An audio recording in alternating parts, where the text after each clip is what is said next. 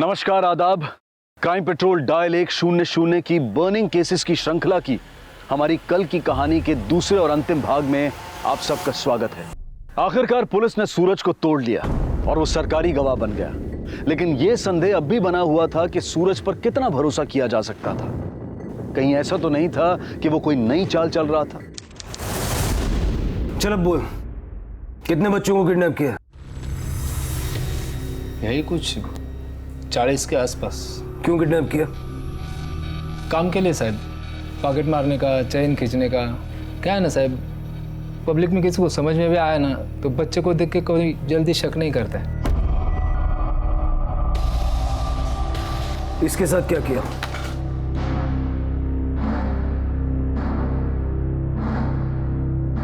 इसको तो मार दिया साहब उन लोगों ने। ये पहला बच्चा था जिसको मारा था, राजा। उन लोगों ने मारा और मैंने इसकी बॉडी रास्ते से दूर खड़ी रिक्शा में फेंकी थी साहब। कहाँ हुआ था ये सब? कोल्हापुर स्टैंड के उधर। कब की बात है? 1991 का मार्च महीना था सर।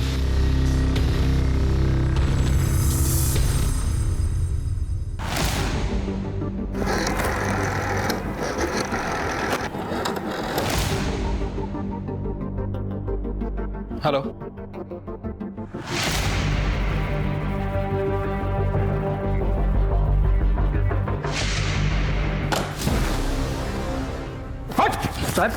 सर, सरकारी गवाह बन के हमें गुमराह करने की कोशिश कर रहा है। कोल्हापुर पुलिस को एसटी स्टैंड के पास किसी बच्चे की लाश नहीं मिली थी। बोल। नहीं साहब, मैं झूठ नहीं बोल रहा है। कमल, एक मिनट। तूने बोला कि कोल्हापुर के एसटी स्टैंड में उन्होंने बच्चे को मारा और तू लाश लेके आगे गया। हाँ साहब। कितनी दूर गया था? यही 15-20 मिनट चला होगा साहब। कमल, हो सकता है कि ये एसटी स्टैंड के पुलिस स्टेशन की हद से बाहर चला गया हो। जरा आसपास के पुलिस स्टेशन में पूछ के देखो।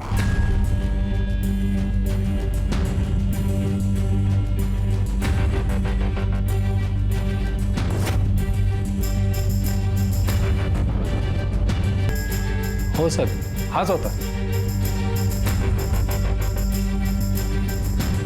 और कितने बच्चों को मारा? बोल, चल बोल, फटाफट, टाइम नहीं है, बोल। 20-22।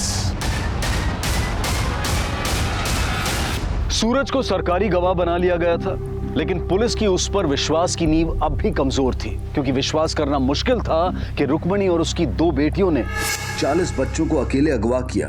और सवाल यह भी था कि उन 40 बच्चों के साथ क्या हुआ। क्या वो सारे के सारे मौत के घाट उतारे जा चुके थे, या सूरज पुलिस के साथ आंख मिचोली खेल रहा था, या फिर सच अपने सबसे भयानक रूप में सामने आने वाला था। और इस विकराल परिस्थिति को देखते हुए राज्य सरकार ने इस केस की तहकीकात के लिए क्राइम ब्रांच ऑफिसर को नियुक्त किया था। Good morning sir. Morning. Kolhapur police ने पहले बच्चे का मर्डर कंफर्म कर दिया है और उसकी डिटेल्स भी हमें भेज दी हैं। सर, ये उन 60 बच्चों की फोटोग्राफ्स हैं जो 1991 से 96 के बीच मुंबई, ठाणे, कोल्हापुर, नासिक, इन जगहों से उठाए गए थे। अभी तक ये कंफर्म नहीं हो पाया कि इनमें से कौन कौन से बच्चे इन्होंने उठाए थे। हालांकि इंक्वायरी से पता चला कि ये जो है बच्चा, इसका नाम है राजा। इसे कोल्हापुर के किसी भिखारी के पास से उठाया गया था। हालांकि इसकी कोई मिसिंग कंप्लेंट अभी तक दर्ज नहीं हुई। ज्यादातर बच्चे इन्होंने मंदिरों और मेलों में से उठाए हैं। सर, ये रुक्मिणी है, इनकी हेड। रुक्मिणी की 2 बेटियां हैं, रंजना और सपना। रंजना रुक्मिणी के पहले पति ट्रक ड्राइवर की बेटी है और रंजना का हस्बैंड है सूरज, जो कि हमारा स्टेट विटनेस है। सूरज की ही गाड़ी में ये लोग एक शहर से दूसरे शहर जाया करते थे और बच्चों की लाशों को ठिकाने लगाने का काम भी सूरज ही करता था। दूसरी बेटी सपना, जो कि किरण भोईर की बेटी है। किरण भोईर पहले आर्मी में था, उसने बाद में रुक्मिणी को तलाक दे दिया और सुषमा से शादी कर ली। और इनकी शादी से ये 2 बेटियां हुई, मेधा और देवकी। हमारे लिए केस तब शुरू हुआ जब सपना और रंजना ने मेधा का अपहरण किया और 4 महीने बाद देवकी का अपहरण करने की कोशिश की। मेधा की किडनैपिंग करने का क्या कारण हो सकता है?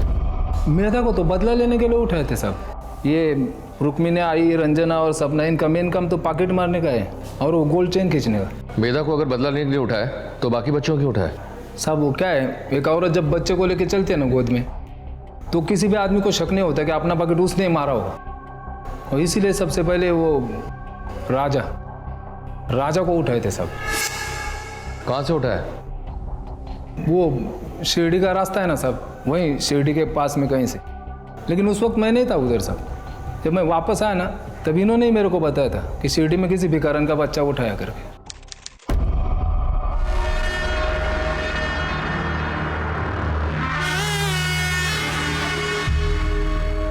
माई ए माई कुछ पैसा देना माई, मेरा बच्चा बहुत भूखा है माई, देखना 2 दिन से कुछ नहीं खाया मैं, कुछ देना। अरे इतनी हट्टी कट्टी है, तू भीख मांग रही है?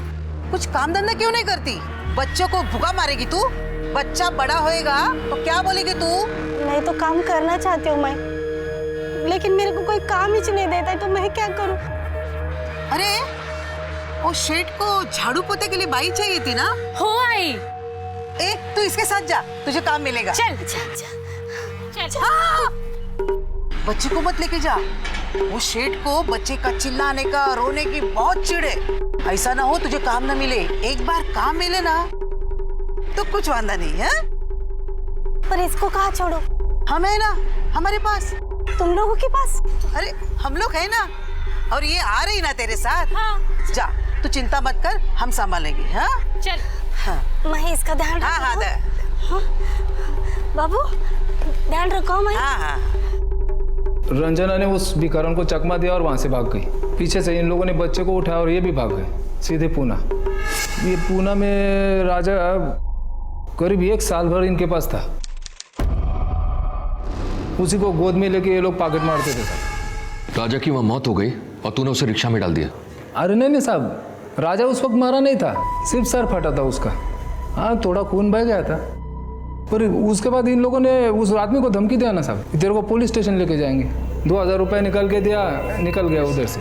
3000 ये और ये 2000 रुपया उस आदमी से झटका, वो टोटल हुआ 5000 रुपया। नहीं भारी, आप लोगों ने तो अच्छा हाथ मारा है आज। उसके बाद साहब हम राजा को लेके पीछे की तरफ चले गए। हो गया? हाँ हो गया। चल बड़ा पौध। हाँ देना, भूख लगी बहुत तेज। खा ले। तो आपने इसके बयान को क्रॉस चेक किया कि सच बोल रहा है? Yes sir. एक आदमी को रिक्शे में बच्चे की लाश दिखी थी। कोल्हापुर पुलिस ने पंचनामा किया, हमें ये फोटो भेजी। इसके बाद भी उन औरतों ने कई किडनैप किए। खोटा बोलता है तो कुतरा। राजा को मारा और इल्जाम हम पे लगा रहा है। देख कितना कमीना निकला तेरा आदमी। साहब हम लोग औरतें हैं, हमारे भी बच्चे, हम किसी का बच्चा को कैसे मार सकते हैं? हाँ साहब, चाहिए तो आप हमारे बच्चों से पूछ लो साहब, हम उन्हें कितना प्यार करते हैं, बहुत प्यार करते हैं साहब। बकवास बंद कर। इससे पहले इतने सारे बच्चों को अगवा किया, तब कहाँ था तुम्हारा प्यार? हमने नहीं साहब, वो सूरज उन बच्चों को उठा के लाता था और बोलता था कि रास्ते पे रोते हुए मिला। हम तो उन बच्चों को संभालते थे, उनको खाना पीना भी देते थे और गोद में उठा के लोगों के पर्स चेन मारते थे, है ना? अरे वो तो हमारा धंधा है, इसके लिए सजा है तो दे दो, लेकिन वो बच्चा उठाना मारना ये हम सब नहीं करते। हाँ साहब, हम लोग बिल्कुल सच बोल रहे हैं साहब। हमने ना ही किसी बच्चे को उठाया और ना ही किसी बच्चे को मारा है। उस कमीने ने मारा होगा उसको। हाँ साहब, सूरज नहीं मारा उसको, उसी ने मारा है, उसी ने मारा है साहब। हाँ पुलिस अच्छी तरह से जानती थी कि ये तीनों औरतें झूठ बोल रही हैं, क्योंकि राजा को अगवा करते वक्त सूरज साथ में नहीं था और सूरज इसका सबूत पुलिस को दे चुका था। राजा की दर्दनाक मौत सिर्फ एक शुरुआत थी, आगे अनगिनत असहनीय वहशी दरिंदगी की कहानियां सामने आनी बाकी थी। सूरज के बयान के मुताबिक इन तीनों ने 20 से भी ज्यादा बच्चों को मौत के घाट उतारा था। शिरडी पुलिस ने इन्हें चोरी के इल्जाम में गिरफ्तार किया और सजा भी हुई, लेकिन चूंकि राजा की मां ने पुलिस कंप्लेंट नहीं की थी, इसलिए पुलिस को भनक तक नहीं लगी कि मामला सिर्फ चोरी का नहीं बल्कि एक मासूम के कत्ल का भी था। फरवरी 1991 में ये तीनों सजा काट कर बाहर आई और आते ही इन्होंने बच्चों को अगवा करने की कई कोशिशें की, लेकिन इन्हें कामयाबी दिसंबर 1991 में मिली जब इन्होंने मुंबई के थाने से नितिन को अगवा किया और एक और मासूम की जिंदगी दांव पर लग गई।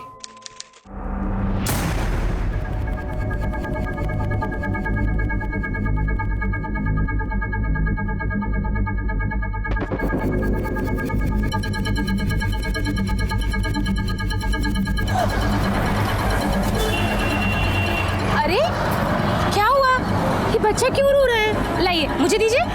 लाइए, आजा बेटा, आजा मेरे पास, आजा आजा। नहीं नहीं, रोते नहीं बेटा। No no no no no no. देखा, चुप हो गया। मेरे गोद में आते ही बच्चे चुप हो जाते हैं, नहीं रोते। भूखा तो नहीं है ये? इसको भूख ही लगी, कुछ खाया नहीं है इसने। अरे क्यों नहीं खाया? आप इसको दूध पिलाओ ना। मेरे पास दूध के लिए भी पैसे नहीं है। अरे ऐसे कैसे? बच्चे को भूखा मारोगी क्या? 2 मिनट रुको, मैं दूध पिलवाती हूँ उसको। सपना, सपना इधर आ। हाँ सपना, इनको पैसे दो और आप पैसे लीजिए, जाके दूध लेके आइए। वो देखिए, वहाँ एक दूध की दुकान है, जाइए बच्चे के लिए दूध लेके आइए। मैं अब भी आई। हाँ ले आइए।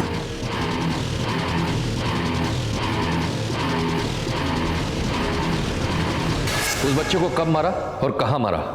वो तो मेरे को मालूम नहीं साहब। उस वक्त मैं मेरे काका की मौत पे गांव में था। हाँ, पर वो बच्चा 3-4 महीने तक तो इनके साथ रहा होगा। जब मैं वापस आया ना, तब मैंने पूछा था। रुक्मिणी आई, बोली कि वो बीमार रहता था ना, इसके लिए उसको नासिक के कुंभ मेले में छोड़ के आई है। वो बोली कि तू बच्चे उठा के लाता था, तू बोल रहा है कि वो बच्चे अगवा करते थे। तुम लोग सब लोग मिलकर झूठ बोल रहे हो, पुलिस को गुमराह कर रहे हो। अरे नहीं साहब, मैंने किसी बच्चे को नहीं उठाया। सब उल्टा मैं नितिन को वापस लेके आया था नासिक से। मतलब वो क्या है ना साहब, 3-4 महीने में रंजना को उस बच्चे से बहुत लगाव हो गया था। जब से रुक्मिणी आई उसको मेले में छोड़ के आई थी ना, तब से रंजना बोल रही थी मेरे को बच्चा वापस चाहिए, वापस चाहिए। तो मैं गया था साहब नासिक में, वहाँ के पुलिस स्टेशन में बच्चे के लापता होने की मैंने ही कंप्लेंट लिखाई थी। अरे एड़े हो गए तुम लोग। चोरी के बच्चे का पुलिस कंप्लेंट किया? अरे चोरी के बच्चे की मां बनने को किसने कहा था? तू एक दिन हमारा धंधा बंद कर देगी। हाय हाय, मुझे कुछ नहीं सुनने का है, मुझे मेरा नितिन चाहिए बस। ये अचानक रंजना को बच्चे पे इतना प्यार क्यों आया? वो क्या है ना साहब, 4 महीने का बच्चा गिर गया था रंजना का, तब से वो बहुत दुखी थी। कभी गुस्से में, कभी नाराज है, कुछ समझ में नहीं आता था। और उसी टाइम पे नितिन को उठा के लाए थे, तो उसका नितिन से बहुत लगाव हो गया था। और मैंने भी नासिक के पुलिस में नितिन की फ़ोटो दी थी, तो उन्होंने भी उसको ढूंढ लिया। वो होता ना, एनजीओ वाली किसी औरत ने उसको देखा था उधर, उसने ले जाके उसको अनाथ आश्रम में दिया।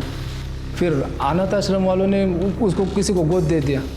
पुलिस ने मेरे को उनका एड्रेस दिया, तो मैं और रंजना गए थे नासिक में उनके घर।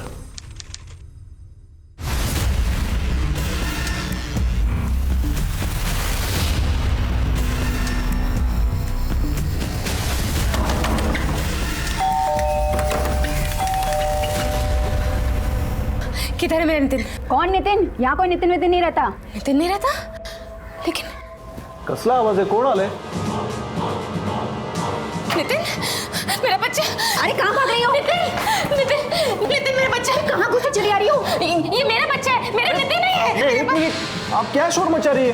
कौन हो आप? और इसे छोड़िए, मैं पुलिस को बुलाऊंगा, आप शोर मत मचाओ। बुलाओ पुलिस को, मैं नहीं बोलूंगी कि तुमने मेरे नितिन को अपने पास जबरदस्ती रखा हुआ है। हमारे पास लीगली अडॉप्ट किए हुए पेपर्स है इसके, और इसका नाम नितिन नहीं है, इसका नाम कल्पेश है। सब रंजना तो नितिन को छोड़ने को ही तैयार नहीं थी। वो बहुत तमाशा करी, इतना तमाशा किया ना कि सच में पुलिस आ गई। पुलिस भी हमको वही बोली कि उन लोगों ने कानूनी तौर पे बच्चे को गोद लिया है, तो बच्चा उन्हीं के पास रहेगा। पर रंजना नहीं मानी साहब, हमको वकील करना पड़ा। उस वकील का नाम क्या है? कमल जायसवाल। मैंने कितनी मेहनत की थी उन्हें नितिन की कस्टडी दिलाने में। रंजना ने कहा उसका बड़ा बेटा केदार और नितिन जुड़वा है। सूरज ने भी यही कहा। रंजना की स्टेटमेंट में मैंने डॉक्टर को कोर्ट में पेश किया, जिसने रंजना की डिलीवरी करवाई थी। पर कोर्ट में आकर डॉक्टर ने यह कहा कि रंजना को जुड़वा बच्चे हुए ही नहीं, उसने सिर्फ केदार को जन्म दिया था। इसलिए कोर्ट ने उनकी अपील खारिज कर दी। बहुत बेवकूफ बनाया सर उन्होंने मुझे। हैरानी की बात है, एक औरत जिसने इतने सारे बच्चों का खून कर दिया, वो एक पराये बच्चे के लिए कोर्ट तक चली गई। इसी को क्रिमिनल साइकोलॉजी कहते हैं। आप सच बोल रहे हैं सर, क्योंकि दूसरे बच्चों को इतनी बेदर्दी से मारने वाली औरतें जब कभी अपने बच्चों के पास होती हैं तो ऐसे दिखाती हैं कि दुनिया में इनसे अच्छी माँ कोई है ही नहीं। मुझे सिर्फ एक ही बात का डर है कि इन लोगों के खिलाफ हम कितने मर्डर प्रूव करेंगे, क्योंकि लास्ट तक कंफर्म झूठ बोलने वाले हैं। सर सच तो यहाँ कोई बोलते ही नहीं है, बुलवाना पड़ता है। और सर ये लोग भी सच बोलेंगे। इतना आसान नहीं है। देखते हैं, 6 साल का पीरियड है जिसमें इन लोगों ने कई बच्चों के मर्डर और किडनैपिंग की है, वो भी एक शहर से नहीं, अलग अलग शहर से। ये केस पुलिस के लिए वाकई एक बहुत बड़ी चुनौती थी, क्योंकि बच्चे महाराष्ट्र के मुंबई, पुणे, नासिक, कोल्हापुर, सतारा, कल्याण और थाने तक से गायब किए गए थे। इस केस को कोर्ट में मजबूती से पेश करने के लिए पुलिस को बच्चों के शव, कत्ल के हथियार और गवाहों की जरूरत थी। और सिर्फ इतना ही नहीं, तमाम संदिग्धों के मौका वारदात पर होने को भी साबित करना था। अगवा और कत्ल किए गए बच्चों की संख्या लगभग 40 थी, जिसमें से पुलिस अब तक सिर्फ 2 का पता लगा पाई। और यह अंदाजा लगाना भी बहुत मुश्किल था कि और कितने मासूम बच्चे इनका शिकार बने, इनकी चपेट में आए। और 4 थे सर। 1993 के मार्च से मई तक रुक्मिणी ने और 4 बच्चों को उठाया था। उसमें से एक पूना का सागर भी था। सपना ने सुगंधा को कल्याण से उठाया था।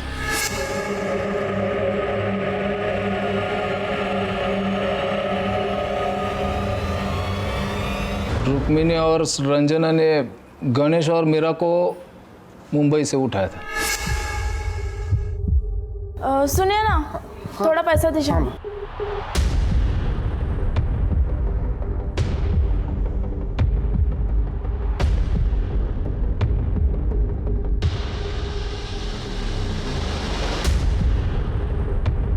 उसी दिन रुक्मिणी ने मुंबई विटी से मीना को उठाया था। इन सब बच्चों को लेके हम लोग मेरी गाड़ी से पुणे आए। तुम लोग बच्चों को कहीं से भी उठाते थे, तो तुमको उनके नाम कैसे पता होते थे? ये उनके असली नाम नहीं थे साहब। आई, इसका क्या नाम रखे? सपना, मेरी पसंदीदा फिल्म सागर है, इसका नाम हम लोग सागर रखते हैं, है ना आई? हाँ हाँ हाँ, सागर रखते। चल। इन बच्चों को कुछ 9 महीने तक इस्तेमाल किया साहब। उसके बाद बंटी को घाव लग गया और उसकी जख्म कुछ दिनों में सड़ गई। इधर मीना भी बीमारी रही थी। एग्जैक्ट जगह बता, दोनों को कहाँ फेंका था? वो खंडाला गांव के पास एक तालाब है, उसमें। कामले सर, खंडाला पुलिस स्टेशन से पता करो कि ये केस कौन हैंडल कर रहा था। Okay sir.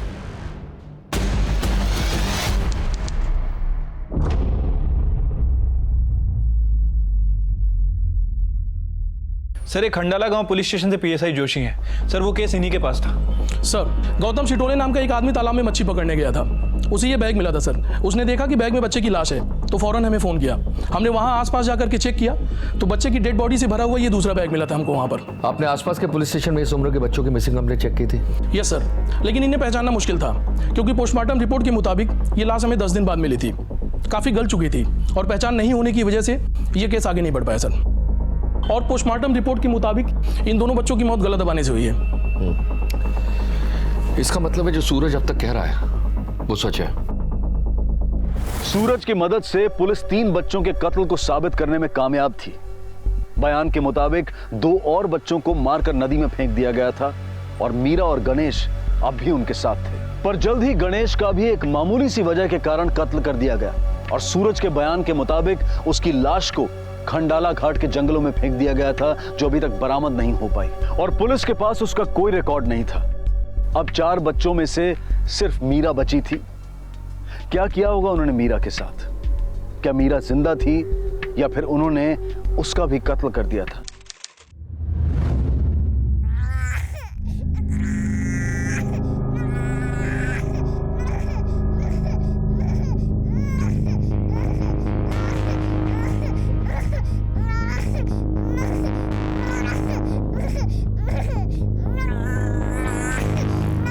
अजीब लोग हैं, बच्चे को ताले में बंद करके गए हैं।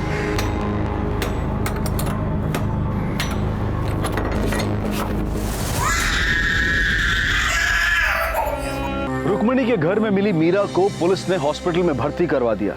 डॉक्टर्स का कहना था कि उसे बुरी तरह से पीटा गया है। पुलिस ने रुक्मिणी के घर से तलाशी में चोरी का काफी सामान बरामद किया। सूरज उनके साथ उस वक्त नहीं रह रहा था, इसलिए सिर्फ इन तीनों को गिरफ्तार किया गया और वो भी सिर्फ चोरी के जुर्म में, क्योंकि रंजना ने कहा कि मीरा उसकी बेटी है और जब वो बाहर खेलने जा रही थी तो किसी आदमी ने उसे बहुत मारा, जिसके निशान अब भी उसके शरीर पर हैं और इसीलिए बच्चों को प्रताड़ित करने के जुर्म से वो बच गई और 3 महीने में सजा काटकर बाहर आ गई। बाहर आते ही इन तीनों ने जिस जुर्म को सबसे पहले अंजाम दिया था वो था मीरा का कत्ल। एक और मासूम की बलि दी थी इन्होंने अपने सनकीपन को शांत करने के लिए। ये मीना गला फाड़ के नहीं रोती ना तो हमको जेल नहीं जाना पड़ता। इसी के वजह से 3 महीना काम धंधा बंद है, उसकी सजा जरूर मिलेगी। सर, सूरज ने मीना की बॉडी को जहां डंप किया था, पूना सतारा हाईवे के पास, सर हम उसे वहां लेकर गए थे। सर वो हाईवे सभी जगह से एक जैसा ही दिखता है। सूरज को प्रॉपर पता नहीं है कि उसने बॉडी को कहां फेंका था। सतारा पुलिस स्टेशन से आपने पता किया, उन्हें कोई इन्फॉर्मेशन मीना की बॉडी मिलने का? हाँ सर, सतारा पुलिस के मुताबिक उस साल उन्हें हाईवे के पास कोई भी बॉडी नहीं मिली। मतलब हो सकता है कि मीना की बॉडी को जंगली जानवर खा गए हों या फिर घसीट के जंगल के अंदर ले गए। मतलब मीना भी?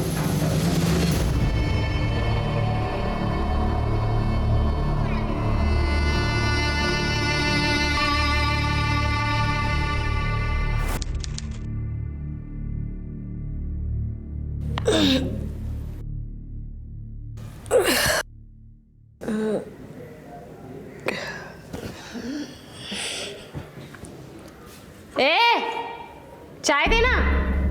कब से चाय नहीं मिली है, सर दुख रहा है मेरा। क्या हुआ, क्यों चिल्ला रही है? तेरे जैसे लोगों को ना चाय क्या पानी भी नहीं मिलना चाहिए, और चिल्लाएगी ना तो जो मिल रहा है ना वो भी नहीं मिलेगा। जा चुपचाप बैठ जा। हे अगर आई उठना, आई उठना, मेरी आई उठ नहीं रही है। आओ जल्दी, क्या हुआ मेरी आई को? अरे ये तो मर गई। रंजना और सपना को अपनी मां रुक्मणी की मौत का दुख था या नहीं कह नहीं सकते, पर दोनों बहुत शांत हो गई थी। लेकिन अचानक भावना इन्हें छोड़कर न जाने कहां चली गई थी कि इन्होंने अपनी मां की मौत का भी फायदा उठाने की कोशिश की। तुम लोगों ने जो किडनैपिंग और मर्डर किए उसमें से 7 साबित हो चुके हैं। बाकी की किडनैपिंग और मर्डर तक में बहुत जल्दी पहुंचेंगे भाई। अरे साहब, हमने कोई किडनैपिंग नहीं की है, ना ही किसी को मारा है। साहब, ये सारा काम हमारी आई करती थी, वही बच्चों को लाती थी। हम लोग ने तो कुछ नहीं किया है साहब। हाँ साहब, वो करती थी और तुम दोनों मौत का तमाशा देखती थी, है ना? हमारे पास सारे सबूत है कि सारे गुनाहों में तुम दोनों बराबर की हिस्सेदार हो। और हाँ, हम इस बात का भी ख्याल रखेंगे कि जब तक तुम दोनों को फांसी नहीं हो जाती तुम मरने ना पाओ। सर एक मिनट।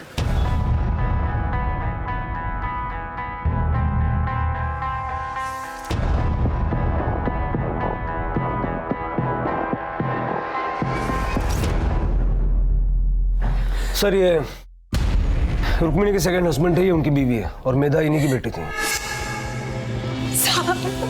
साहब मेरी बच्ची को ढूंढो साहब। वो औरत तो आपके पास ही है ना, उससे पूछे ना मेरी बच्ची कहाँ है, कहाँ रखा उसने मेरी बच्ची को, पूछे ना। देखिए, हम पूरी कोशिश कर रहे हैं उसे ढूंढने की। जैसे कुछ पता लगेगा हम आप लोगों को खबर करेंगे। आप अपने आप को संभालिए। सर, क्या आपको लगता है कि इन लोगों ने मेधा को अभी तक जिंदा रखा होगा? लगता तो नहीं है, पर जब तक सूरज से ये पता नहीं चल जाता कि उन लोगों ने वाकई मेधा के साथ कुछ गलत किया है, तब तक उन्हें बता भी नहीं सकते। 6 साल का पीरियड कम ले, और हम लोग अभी तक 1994 में पहुंचे हैं, जबकि मेधा की किडनैपिंग 1996 में हुई है। यानी कि तब से लेकर अब तक पता नहीं और कितने बच्चों की किडनैपिंग और मर्डर हुआ होगा।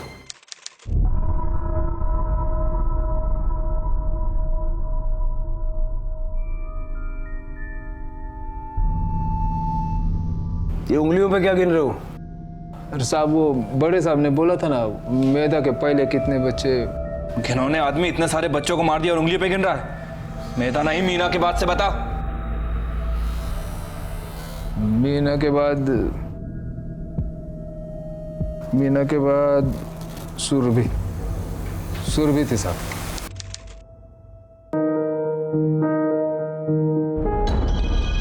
अरे अरे अरे अरे क्या हुआ? तबीयत ठीक नहीं है। तबीयत ठीक नहीं? पानी। अरे जा जा जा जा जा, पानी लेके जा, पानी लेके। मैं पानी लेके आती हूँ। सुरभि को तो साहब 2 हफ्ते बाद ही मार दिया था। क्यों? सुरभि को इस्तेमाल नहीं किया चोरी के लिए? कैसे करते साहब, 24 घंटा रोते रहती थी। रुक्मिणी मेरे को बोली भी थी उसको संभाल कर। मैं उसको साइकिल पे घुमाता था, बिस्किट खिलाता था, कोई फायदा ही नहीं हुआ। ये 1 मिनट चुप नहीं बैठती थी। तो एक रात को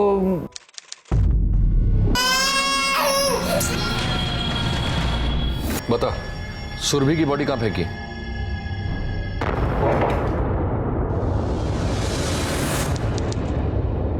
कमरे साहब, बच्ची की डेड बॉडी हमें इस जगह पर मिली थी और इस जगह के मालिक ने ही पहले डेड बॉडी को देखा था। उसी ने हमें इन्फॉर्म किया। इस उम्र की किसी बच्ची की कोई मिसिंग कंप्लेंट नहीं थी हमारे पास, इसलिए पोस्टमार्टम रिपोर्ट आने के बाद हमने उसका दाह संस्कार कर दिया था। बच्ची की पोस्टमार्टम रिपोर्ट में क्या आया? उसकी मौत की वजह क्या थी? पोस्टमार्टम रिपोर्ट के मुताबिक उसके सर में 2 फ्रैक्चर था और ब्रेन हेमरेज की वजह से उसकी मौत हुई थी। आपके पास बच्ची की डेड बॉडी की कोई फोटो है? हाँ है, लेकिन बच्ची का फेस कई दिनों से धूप में पड़े रहने की वजह से चेहरे के खाल पूरी तरह से फट गई थी, जिसकी वजह से पहचानना मुश्किल है। सुरभि के कत्ल के बाद रुक्मणी ने घर बदलकर और बेहतर घर ले लिया था। घर बदला था लेकिन वहशी मानसिकता नहीं। नए घर में नए तरीके से कत्ल का सिलसिला शुरू हो गया था और कत्ल करने का तरीका और भी दर्दनाक। मासूम बच्चों का कत्ल करना मानो उनका शौक बनता जा रहा था। यह केस इस कदर घिनौना था कि पुलिस भी आहत दिखाई दे रही थी, लेकिन भावनाओं में न बहकर अपने फर्ज को निभाने की लड़ाई लड़ रही थी, क्योंकि मासूम बच्चों के कत्ल की कहानी खत्म होने का नाम ही नहीं ले रही थी।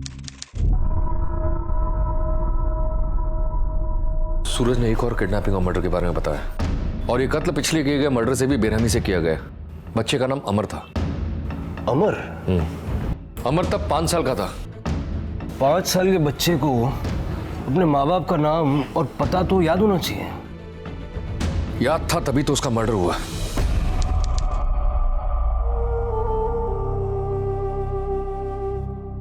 तू मेरे साथ गोटी खेलेगा? ये सब मैं नहीं खेलता, मैं मेरे दोस्तों के साथ क्रिकेट खेलता था। पता है मेरे घर के सामने बहुत बड़ा ग्राउंड था और पापा के पास भी बहुत बड़ी गाड़ी भी है और मुझे रोज चॉकलेट देती थी। यहाँ तो कुछ भी नहीं मिलता। तुम अपनी आजी आई को बताओ ना, वो मुझे पापा के पास वापस भिजवा दे। चल उठ, क्या कर रहे? उठ, चल। अमर ने अपने पड़ोसियों को भी अपने घर परिवार के बारे में बताया था और जब रुक्मणी को इस बात का पता लगा तो उस बच्चे का इस दुनिया में वो आखिरी दिन था। भगवान ऐसे राक्षसों को पैदा क्यों करता है? एक मासूम बच्चे को इतनी बेरहमी से लोगों ने मारा है ना। इसका मतलब है कि कांबळे को रुक्मिणी के घर में दीवार पे जो खून के धब्बे मिले थे, खून अमर का था। हाँ, और यही कोर्ट में हमारे लिए पुख्ता सबूत का काम करेगा। और मेधा के बारे में उसने कुछ बताया? मेधा का नंबर अभी आया कहाँ है?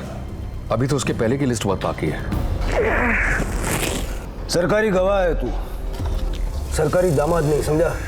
जो इधर आराम से सो रहा है। चल बोल, अमर के बाद कौन कौन था और कितने बच्चे थे? सब थोड़ी चाय मिलेगी? चाय आ रही है, जब तक चाय आती है आगे बोल। साहब, अमर के बाद में थाने के एसटी स्टैंड से 1 साल की बच्ची को उठाया था। उसका नाम सोनाली रखा था। बच्ची पहले से ही कमजोर थी साहब, हमेशा बीमारी रहती थी। कितने की लाई दवाई? 320। क्या? आई अब तो पालने के लिए पैसा भी नहीं बचे। 2 महीने से हम लोग काम पे नहीं गए और तो और मैंने अपने बच्चे के लिए एक नया कपड़ा नहीं खरीदा। ऐसे कैसे चलेगा आई? एक काम करते, सूरत चलते, उधर बहुत पैसे वाले लोग हैं, उधर हाथ सफाई कर लेंगे। हो आई? हाँ? सूरज को बोल गाड़ी तैयार रखने को। मेरी गाड़ी में कुछ प्रॉब्लम हो गया था साहब, तो उसको गैरेज पे डाला था रिपेयरिंग के लिए। तो हम लोग प्राइवेट गाड़ी किए और सूरत चले गए।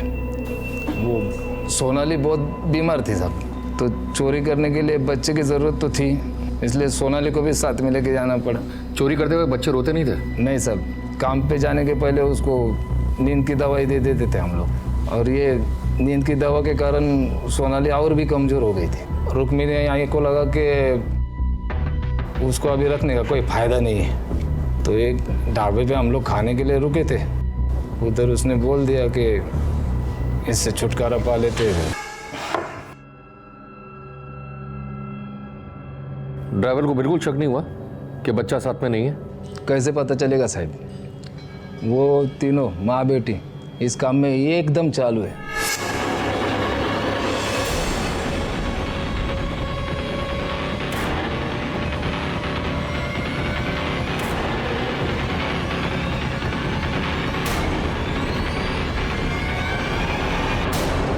उसके बाद हम लोग पुणे आ गए सब।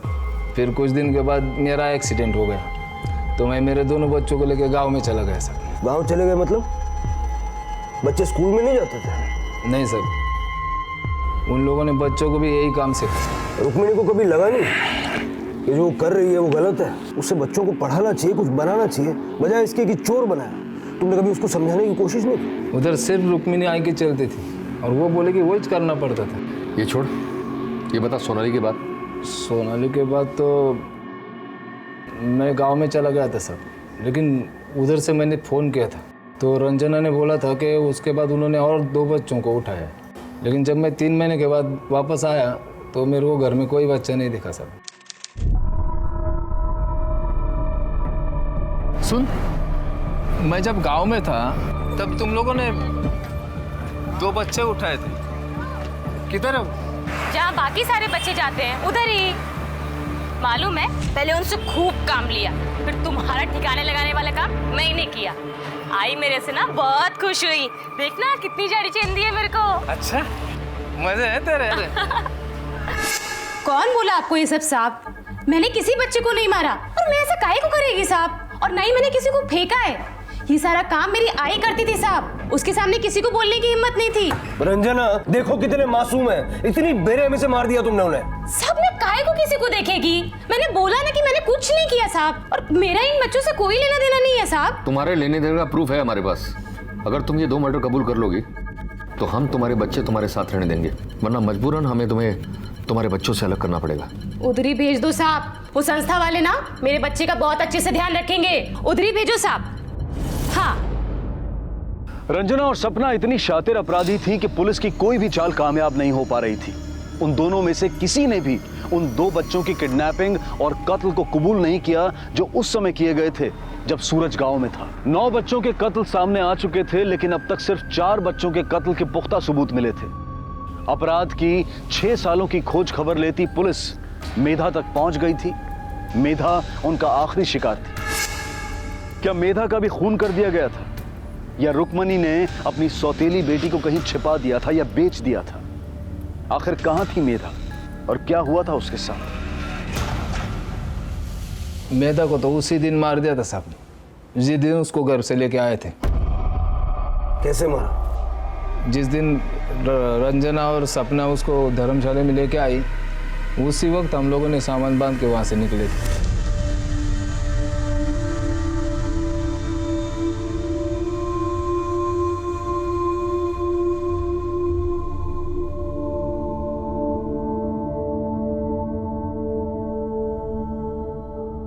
जिंदगी में इतने केस देखे, लेकिन इंसान का ये रूप नहीं देखा।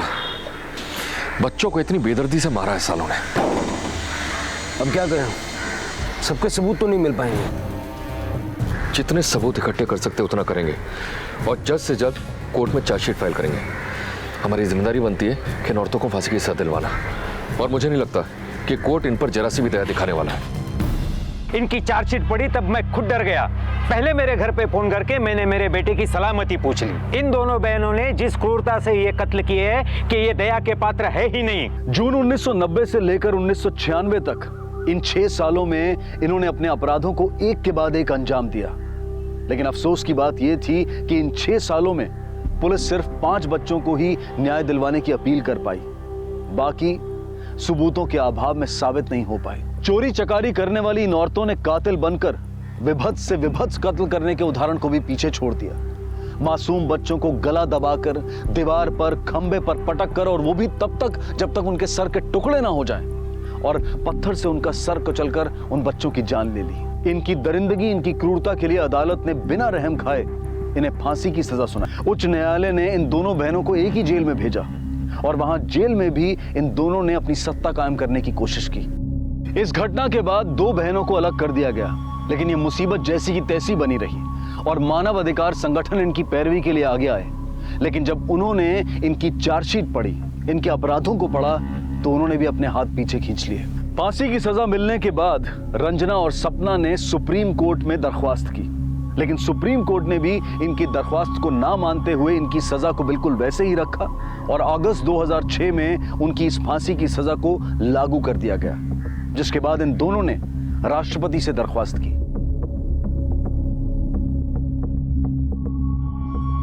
इनके अपराध इतने भयानक थे कि राष्ट्रपति ने भी इनकी दरख्वास्त को खारिज कर दिया, और आज ये दोनों बहनें अलग अलग जेल में अपने आखिरी पल का इंतजार कर रही हैं। आज भी रंजना के बच्चे केदार और मारुति जेल में इनसे मिलने आते हैं। जब भी आपको किसी गलत काम को करने में खुशी मिले तो रुक कर गंभीरता से सोचें, क्योंकि यह आपके अपराधी बनने और जेल की सलाखों का बुलावा है। इसी विचार के साथ अब मैं अनूप सोनी आपसे विदा लेता हूं। फिर मुलाकात होगी अगले एपिसोड में एक और चौंका देने वाले केस के साथ। तब तक अपना और अपने परिवार का ख्याल रखें और देखते रहें क्राइम पेट्रोल डायल 100, सबक 1 को सीख हम सबको। जय हिंद।